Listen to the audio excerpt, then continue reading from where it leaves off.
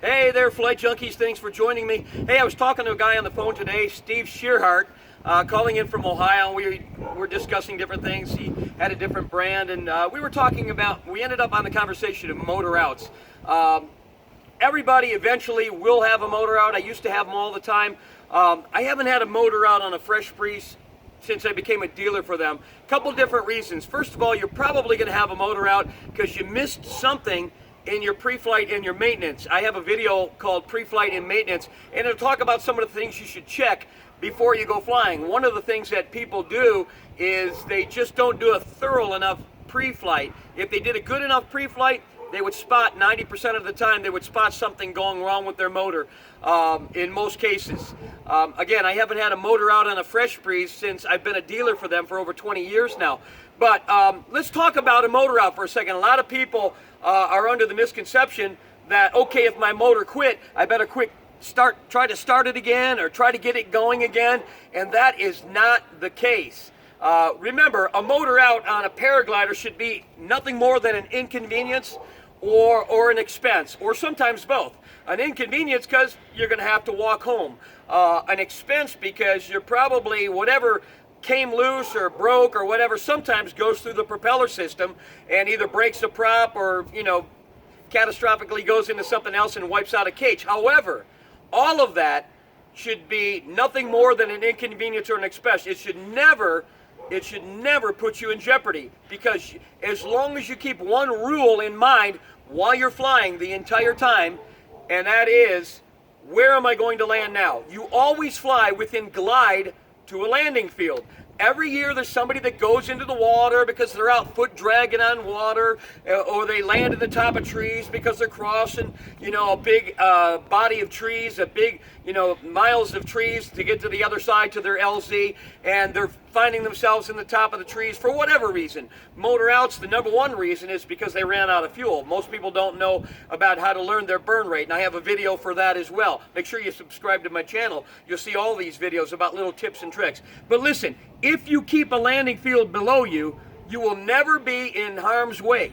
You can always just float down and land. It doesn't matter if every nut and bolt on your entire engine came out at the same time. Let's say they could magically unroll and unscrew and unbolt from everything on that motor. It should never matter at all, because you are still in the wing, you are still connected to the harness, and whatever's going on behind your back has nothing to do with your safety. What has to do with your safety is the fact that now you got to land, and if you were flying in a place where you didn't have glide to an open field, then you're an idiot. That's all there is to it. When you go out over the water, when you do stuff like this, sounds great, sounds fun. I saw this YouTube celebrity do it. Yay, I want to try that too. And every year, somebody's dying. Somebody's getting hurt because of this. And then they say, oh, my son was involved in a paragliding accident and he was killed.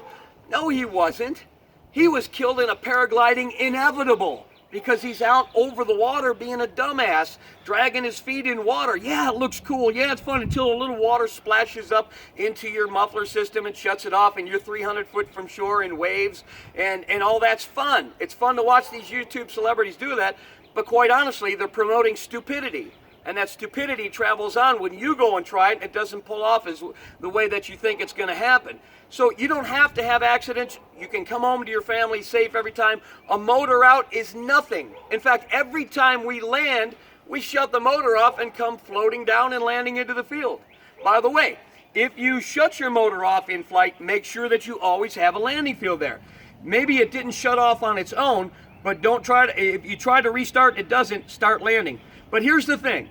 If you have a motor out, if your motor quits while you're just flying around, think about this for a second. Let's think about this. If it shut off at about 2,000 RPM idle speed and it stopped working, what makes you think that 175 RPM starter motor or your 175 RPM pull or wherever it's at on yours is going to restart it? It's not going to happen. Your hands are off of the steering. You're not gliding back towards your landing field. Don't try to restart. If your motor quits, automatically go into where you're going to land, and you'll never be in harm's way. And I see about these motor offs, my motor quit and the guy got hurt. You should never get hurt. And don't go into a panic. When your motor quits, it is quite startling. All of a sudden you're running and it stops, and sometimes people react. You know, they're newbies, they want to throw one hand down or do this, so they react quickly. Don't react to it. It's just gonna dive, and you're gonna neutralize underneath it, and you just glide into your landing space that you've already picked out. When you're flying, you say, where would I land now? Where would I land now? If you're a foot launch, you say, where would I land now, and which way is the wind coming from? Just because you have a motor out doesn't mean that you can't have a good soft landing. And keep this in mind too. When your motor quits, or when you're flying around, you can't just say, where would I land now? You have to say, where would I land now? And when you pick out a field, you say, is that field within my skill level? You see, when these things have a minimum of 6-to-1 glide ratio, and let's say you're only flying at 100 feet, that means you need 600 feet ahead of you, 2 football fields, to land that thing. Now, if you don't have a field that big, and your skill level's not strong enough to let you land in a smaller area, because once you get flying for a while, there's all sorts of little tricks you can do to land in a very tight spot. And that's one of the reasons I teach my students that come in here. One of the most valuable things that you can teach yourself is how to spot land. Start off with a big field, put a target in it. Where I used to use a red towel, and I'd lay it in the middle of the field, and I'd go up 1,000 feet and shut my motor off. I'd try to land on that. I was a national skydiver. I used to do spot landings and compete trying for your accuracy. And so when I came into this sport, I thought it was going to be the same. And for the first few flights, I was passing my target, which was unheard of. I would always hit my target. But eventually you learn by teaching yourself how to land in a very small area. Now you don't have to fly from big field to big field to big field to go somewhere away from your normal flying field, and you can actually travel around town. But you always want to stay within glide of a field. But you have to say then, is that field within my skill level, so you can hit it. You come over the top of 100-foot trees, you know, you need 600 foot ahead of you. At 50 feet, you need 300 feet ahead of you. Think of how much room that is. That's a football field. So it's very easy to overshoot a field and still land in trees or land in something that's not field. If it isn't field, it's not a safe place to land. It's either trees, power lines, water, whatever. But if you can't hit that field, just flying from field to field is worthless anyway. So there has to be a field within your skill level to hit that. Later on, you'll learn how to short field land, putting a little brakes on without stalling a bit, dropping it in vertically, shortening your glide path.